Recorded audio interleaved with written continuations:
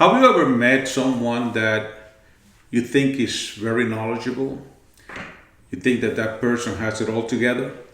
And then you are young, probably, or you have you lack the knowledge that they have, and in your heart you would like to become, you would like to excel, you would like to grow, and why not? They happen to be your co-workers, your friends, someone that is close to you, and you are saying, well, let me see if they would take the time to invest in my growth, to invest in my life, and make me become the person that I want to become. And then when you ask them, when you speak to them, they give you a song and a dance. They tell you that they cannot do that they don't have the time, that they don't know how to teach, that they don't know how to train you, or they'll probably even be more cruel than that. They'll say something like what was said to me: no, I am not going to teach you. Because if I teach you, you will learn what I know, and chances are that you could become my supervisor. You will be telling me what to do.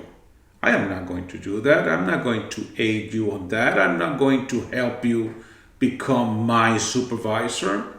So what they did is that they took every chance that they had to stop my growth and to not allow me to get to where I wanted to go. I was hurt at the beginning with their decisions. But then later on, I discovered that the reason they didn't want to teach me, it was because they were ignorant. It's not because they didn't want to teach me. See, they were acting and they were walking around and looking like they were knowledgeable and that they understood everything so well, but in reality, they did not. The reality is that they were just acting. And once I realized this, and I realized that I wasn't going to go anywhere by trying to get this information from them. And then I said at the time, we're talking about going back into the early 80s, I wanted at that time, I said, how do I learn? How do I become who I want to become?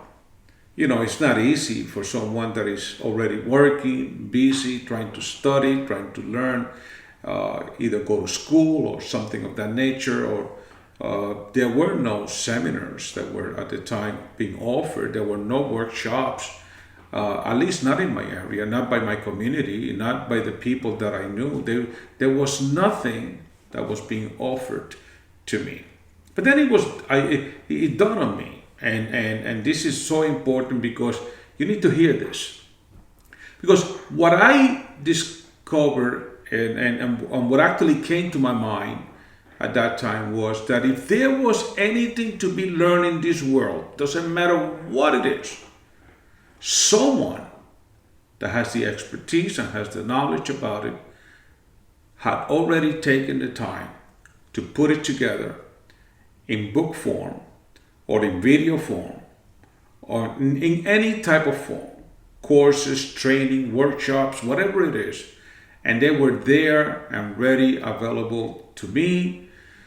And all I had to do was go and find it, buy it, invest on my own self, and become who I had to become. So I spent a lot of time going to bookstores. And when I went to the bookstores, I found exactly what I was looking for, and I did buy those books. Many of them were expensive at the time. In fact, I bought some books that were about $40, $50, $60 at that time. But I needed those books. In fact, I have many of these books still in my library, personal library right now. And I go back and I refresh my minds continuously with them. And what those books did is that the authors of those books, the ones that wrote those books, were actually became my mentors my teachers, and my trainers. What am I telling you here? I want you to know that there is nothing that can stop you from becoming the person that you ought to become except yourself. See, I would have the excuse later on in life, if I would have amounted to nothing, I would have a great excuse. And I would have said, well, I tried. I went to my peers, I went to my friends, I went to my coworkers, and I asked them to teach me. I asked them to train me, to coach me.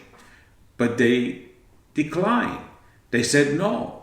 And yet, I don't have that excuse because I didn't make my success in life dependent on whether they wanted to help me or not.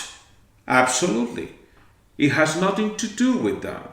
It has to do with me and being able to find the resources and develop the skills and the talents and the gifts that are already in me. Okay, so one of them said to me, or several of them said to me, we're not going to teach you or train you because you're going to take our jobs or you want to become our supervisor. But guess what? They had no choice in the matter. I did become the supervisor. And not only did I become the supervisor, but I promoted several titles above the supervisor. So I became the supervisor of their supervisors. Isn't that something? It is about what you want to do. It's who you want to become in life. And no one has the power to stop you. Oh, sure, someone is going to close one door, but you are going to find another door to go into. Someone is going to close that door as well, or you find a window. I remember sitting in front of one of my dear friends and a general manager of the organization that I worked for. And I was sitting in front of her one day and she says, I admire you for something that you have done with your life. And she said, you did not wait for the opportunity to arrive. You actually took the time and you created your own opportunities. You opened your own doors. You created your own doors. That is exactly what you could do. But who helps you? Well, there is a lot of people willing to help you. This is why I put videos like this together. This is why someone like John Maxwell have taken the time to write over 80 different books in the areas of leadership.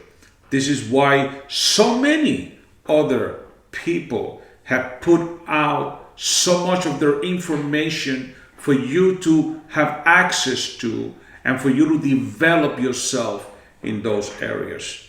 So there's only one person that is stopping your own growth and your own outreach in life, and that is you. You need to discipline yourself. You need to begin to read. They took the time to write the books. You take the time to read them. You take the time to search and research. You take the time to develop your own skills, to grow in the levels of leadership in your life. Are you a 1, a 2, a 3, a 4? Should you grow to a 5, a 6, a 7, or 8 in the leadership scale? Of course you can, and you should. And the only way to do it is by doing the things that I am telling you to do. Forget about all these people that you think that they could help you. Why don't you become the one that will help them? Because if you become the one that will help them, then they could grow in life. And you can become that expert. Remember that you don't do what you want. You do what you are. And in order for you to do what you are, you have to become that person. And becoming that person is going to take a lot of time of learning and discipline. And when does it stop? But it never stops. You never stop learning.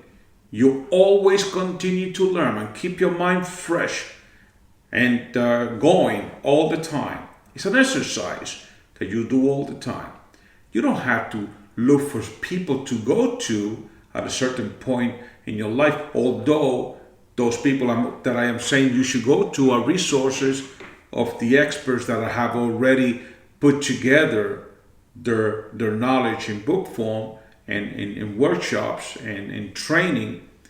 But as you are looking for them, they will prepare you for others to find you the person to go to.